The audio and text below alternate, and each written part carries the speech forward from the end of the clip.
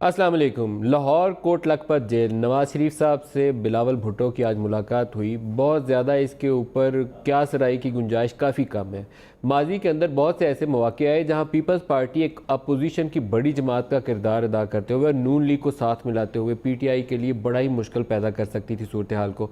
Senate का election हो तो वहाँ इतफाक़ राय नहीं पैदा हुआ, जब लीडर ऑफ द हाउस का इंतखाब हो तो उसके ऊपर इतफाक़ राय की गुंजाइश पैदा नहीं हुई। कभी याद आ गया कि इन्होंने कहा था लाहौर की सड़कों पे शहबाज शरीफ ने कि जरदारी को घसीटूंगा, कभी कहा था कि पेड़ फाड़ के पैसे निकालूंगा। आपस में कोई ऐसा मौका जहाँ पे पॉलिटिकल माइलेज ली जा सकती थी, उन्होंने उसको फ़ायदा नहीं उठाया।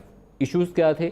जरदारी साहब के ऊपर नैब केसेस की तलवार लटक रही है, उनकी फूफी के ऊपर भी बिलावल की यही तलवार नैब केसेस की लटक रही है, और इस्टेब्लिशमेंट के हाथ में ये स्ट्रॉन्ग टूल्स हैं, जब मौका आए उसको इस्तेमाल किया जा सकता है। तो ये मुलाकात एक अलामती मुलाकात तो कह सकते हैं। इससे ज़्यादा इसका सियासी फ़ायदा उठाने की पोजीशन में बज़ाहिर पाकिस्तान पीपल्स पार्टी हमें नज़र नहीं आती। ख़ास तौर पर पंजाब की सियासत में देखें तो पंजाब की सियासत के अंदर अगर कोई किसी हलके में बाई इलेक्शंस के नताइज सामने आए तो चौथे या पाँचवें नंबर की जमात के तौर पर पाकिस्तान पीपल्स पार्टी नज़र आती। चौथे के भी नहीं, पाँचवें नंबर की जमात के तौर पर नज़र आती।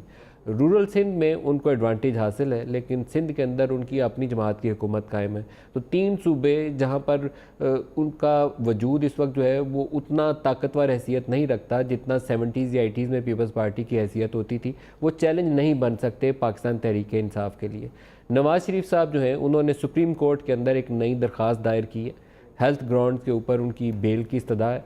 पहले ये हाई कोर्ट से मुस्तरद हो गई थी अल अज़ीज़िया करप्शन रेफरेंस के हवाले से। सुप्रीम कोर्ट के अंदर आज दोबारा उन्होंने सबमिट की है। ये एक कानूनी रास्ता है जहाँ से उनको गुंजाइश मिल सकती है, और 3 टाइम फॉर्मर प्राइम मिनिस्टर हैं।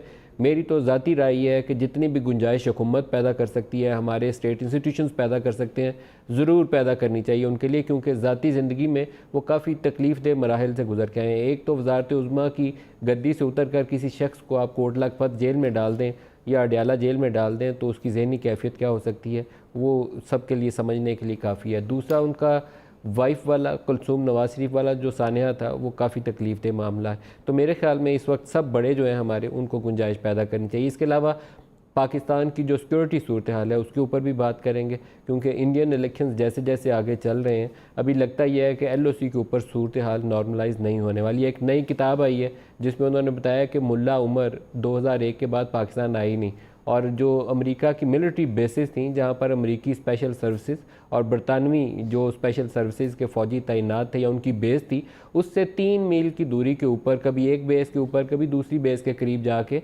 वहीं रहाइश पजीर रहे, वहीं से अपनी तंजीम जो थे उसको लॉन्च करते रहे, या जितना भी उनसे इंटरेक्ट कर सकते थे करते रहे। और कतर में जो तालिबान का दफ्तर खुला वो भी उनकी आशीर्वाद से खुला, और मुल्ला अबैदुल्लाह को जो सरबराही सौंपी गई वो भी मुल्ला उमर की मर्ज़ी के साथ सौंपी गई। तो बहुत से लोग जो पाकिस्तान से ये सवाल उठाते थे कि उसामा बिन लादेन यहाँ पर एबटाबाद में काकूल अकेडमी से चंद मील की दूरी के ऊपर बैठा रहा और आपको पता नहीं चला, आप सोए रहे थे। तो मुझे याद पड़ता है कि एक सीनियर जो अमेरिका का ऑफिशियल था उसने कहा था कि either they are very incompetent, तो या ये उनकी कनाइमत थी, इसके अलावा इसका और कोई जवाब नहीं हो सकता। तो ये दोनों असूल जो है ये इस वक्त अमरीकियों के ऊपर भी लागू होते हैं। मुल्ला उमर के हवाले से इसका जवाब वो खुद ही दे सकते हैं। एक जर्नलिस्ट हैं जिन्होंने 5 साल की तहकीक के बाद इस किताब को तहरीर किया, और उसमें तालिबान के सीनियर जो ओहदेदार हैं उनके साथ उन्होंने बातचीत भी की है। ये दोनों मौज़ूआत हैं आज के प्रोग्राम में।